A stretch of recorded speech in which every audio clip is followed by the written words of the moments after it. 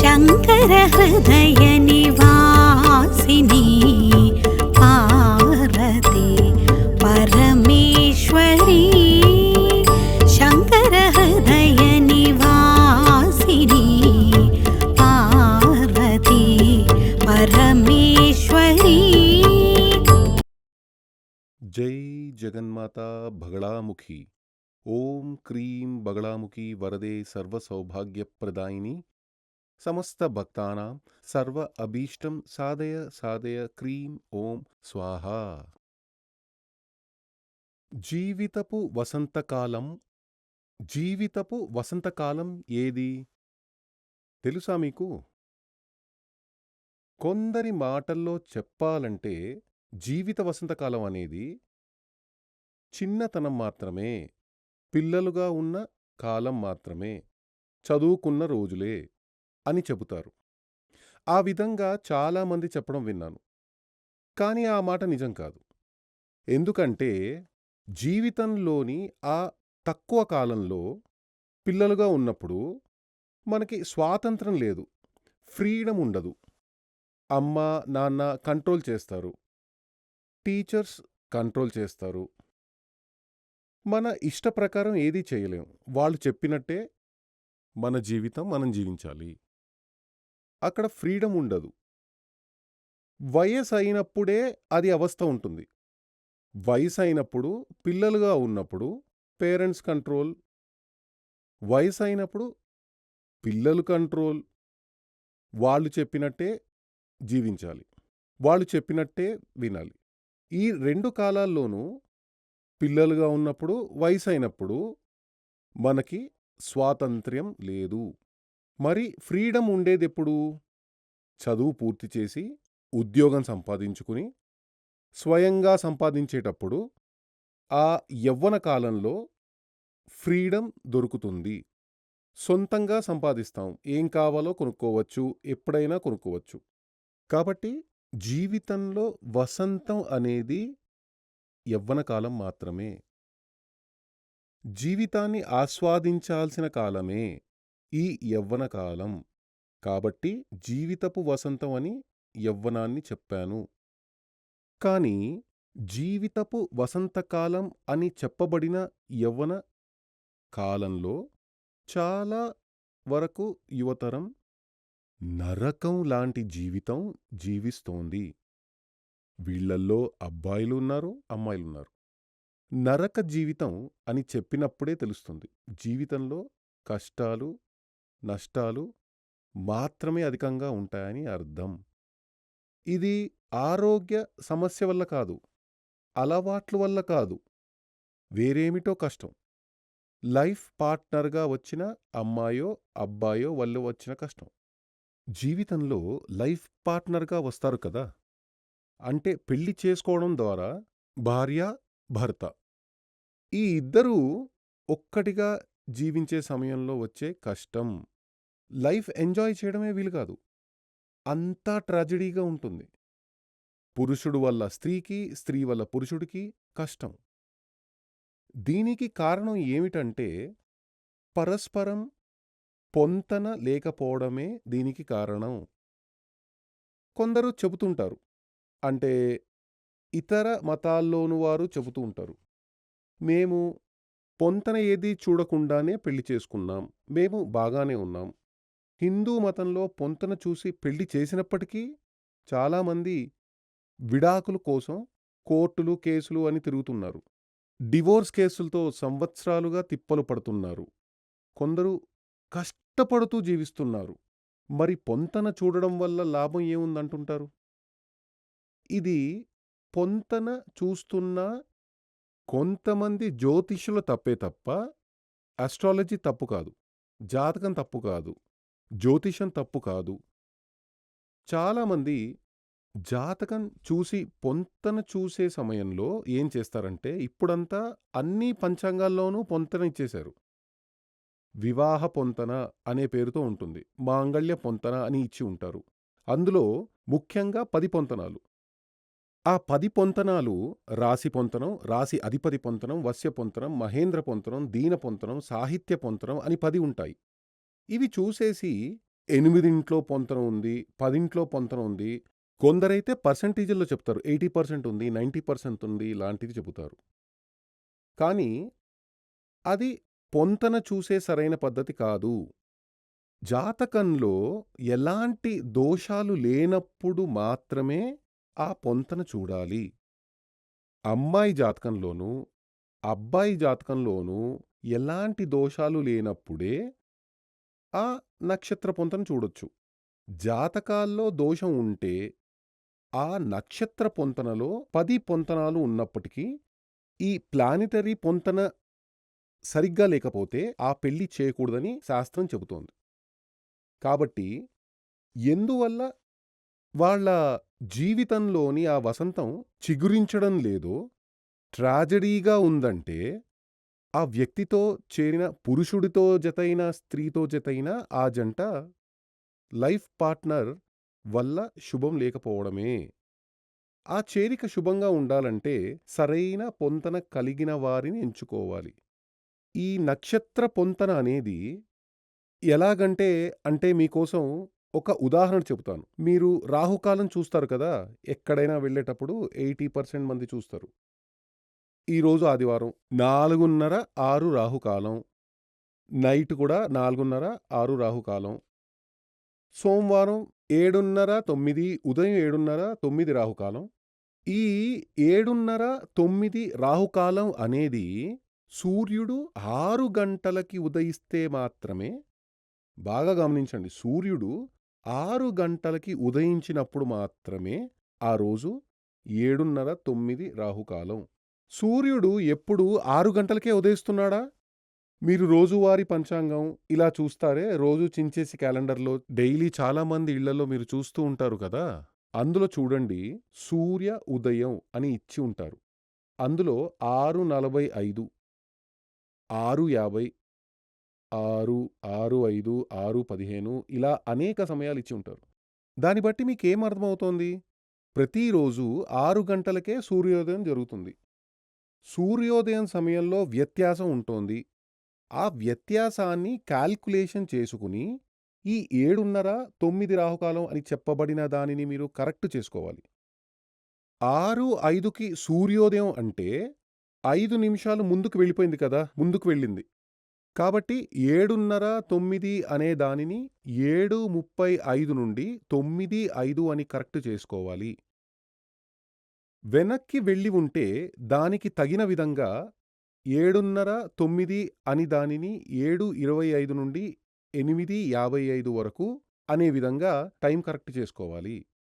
ఇది ఎందుకు చెప్పానంటే, జాతక ప్రకారం ఏ దోషం లేకపోతే అంటే సూర్యోదయం 6 గంటలకే అయినప్పుడు ఈ రాహుకాలం అనేది కరెక్ట్ అనే విధంగానే జాతకంలో ఏ విధమైన ప్రాబ్లం లేదు.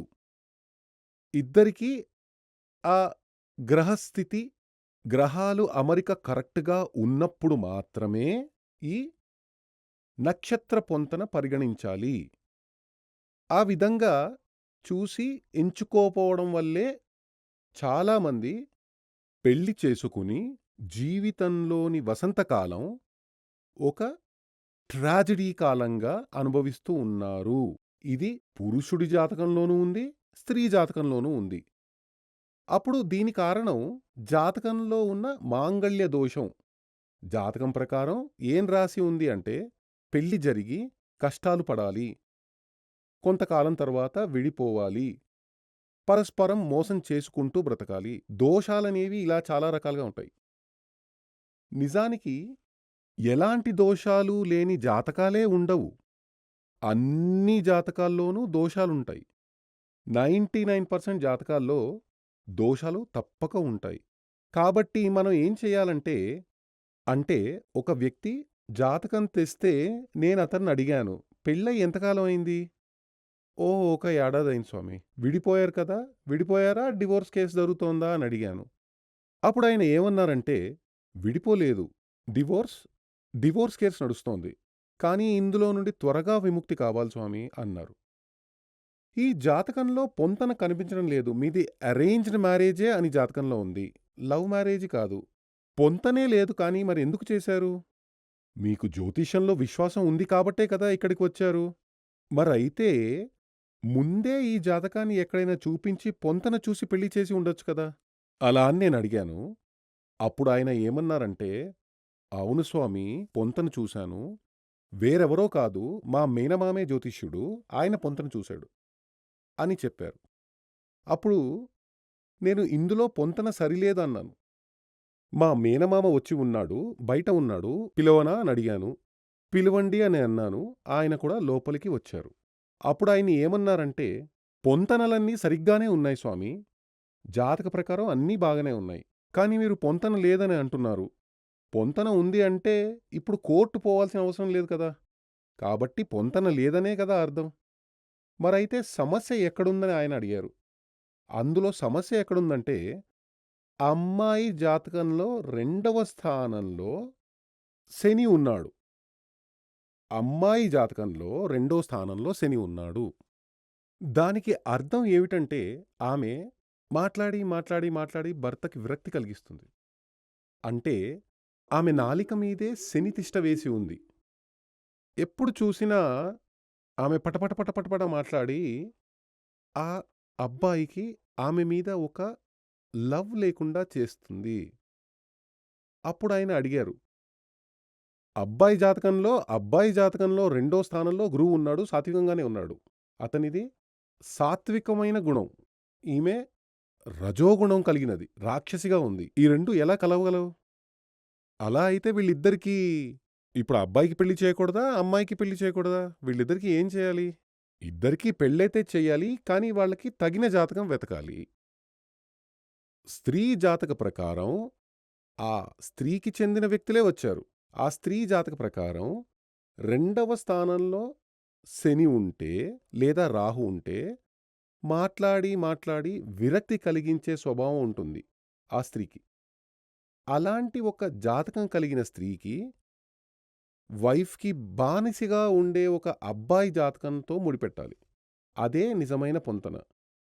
ఆయన ఏం చెప్పారంటే, ఈ యొక్క నేనొక ఉదాహరణ చెబుతాను. ఆయన ఏమన్నారంటే, వీళ్ళకి పొంతన ఉంది కదా స్వామి!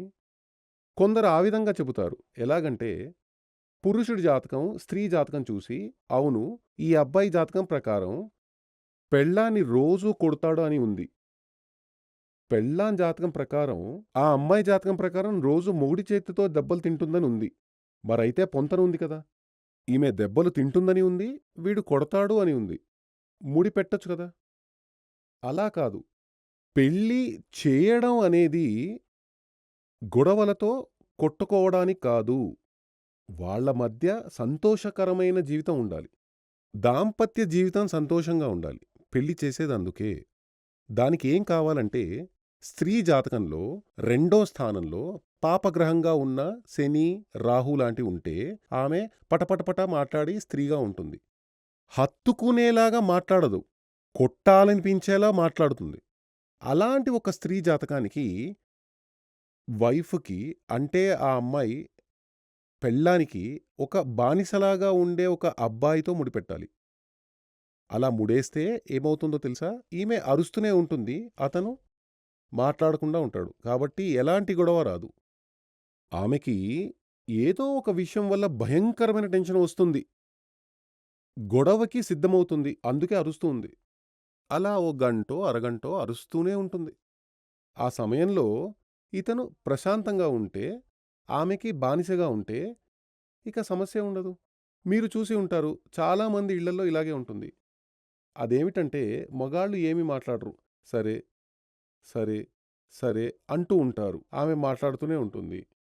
అది చెయ్యి, ఇది చెయ్యి, ఇలా చెయ్యి, అలా చెయ్యి. ఓకే. సరే. ఎందుకు?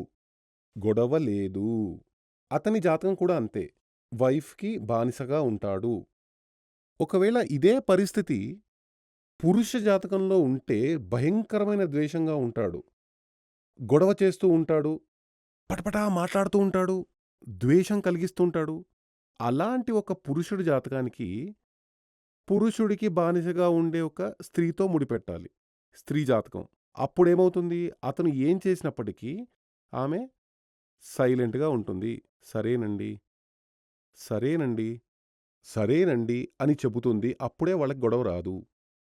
కొంచెం సేపటికి తర్వాత అతనికి ఆ ద్వేషం కోపం తగ్గినప్పుడు సమస్య కూడా పరిష్కారమవుతుంది. ఇదే నిజమైన పొంతన. అలా కాకుండా దెబ్బలు తింటుందనే స్త్రీ జాతకంతో కొడతాడనే పురుషుడి జాతకాన్ని ముడిపెడితే అది సరికాదు. ఇక్కడ ఈయన ఆతపై చేశాడు. కాబట్టే సమస్య ఉద్భవించింది. సమస్య వచ్చింది. ఎప్పుడూ కూడా జీవితపు వసంతాన్ని అనుభవించాలంటే మనకి జీవిత భాగస్వామిగా వచ్చిన వ్యక్తి మన మనసుకి సరితూగే వ్యక్తిగా ఉండాలి. కొన్ని జాతకాలు తీసుకొచ్చినప్పుడు వాళ్ళనే అడిగేస్తాను. పెళ్ళై ఎన్ని సంవత్సరాలయింది? అది 10 సంవత్సరాలయింది స్వామి. మీరు ముందే విడిపోయి ఉండొచ్చు కదా! జీవితాన్ని ఒక నాటకంలాగే కదా మీరు కొనసాగిస్తున్నారు. నిజమైన జీవితం లేనే లేదు కదా! ఎందుకీ నాటకం కొనసాగిస్తున్నారు? ఏమీ మాట్లాడరు. అందరూ ఇలాగే కూర్చుంటారు. చూడండి. లైఫ్ సంతోషంగా జీవించాలి. అందులో కోడె వయసనేది యవ్వనం అని చెప్పబడేది, ఆనందమిచ్చేది, జీవితపు వసంతకాలం. దానిని సంతోషంగా అనుభవిస్తూ జీవించాలి. అలా జీవించాలంటే మీకు వచ్చిన జీవిత భాగస్వామి స్త్రీ లేదా పురుషుడు, లైఫ్ పార్ట్నర్ మనకి మనసుకి నచ్చేలా ఉండాలి. అలాంటి ఒక జీవిత తోడు మనకి లభించాలంటే జాతకంలో దోషాలు లేకుండా ఉండాలి. ఒకవేళ జాతకంలో దోషాలుంటే ఆ దోషాన్ని ఖచ్చితంగా సరిచెయ్యాలి. దానిని సరిచేసేటప్పుడు శుభమైన తోడు మనకి వచ్చి చేరుతుంది. అది స్త్రీ జాతకమైనా సరే, పురుషుడి జాతకమైనా సరే. లేకపోతే లైఫ్ మొత్తం నరకమైపోతుంది.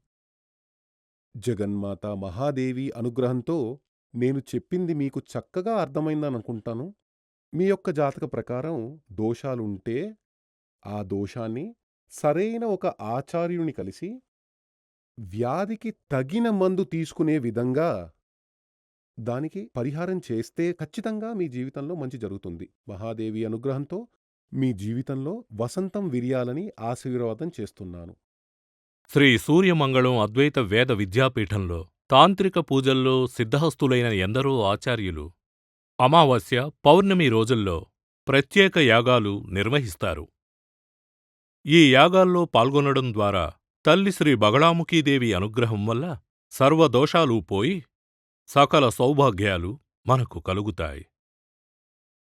శ్రీ సూర్యమంగళం అద్వైత వేద విద్యాపీఠం జ్యోతిష్యం, ప్రశ్నలు, వాస్తు, తాంత్రిక పూజలు మరియు వేదయాగాలు నిర్వహిస్తారు. సంప్రదించవలసిన నంబర్ 7305442299 7305442299. చెన్నై, కోయంబత్తూర్, బెంగళూరు, హైదరాబాద్, విజయవాడ, ఢిల్లీ, ముంబై, తిరునల్వేలి, టెక్సాస్.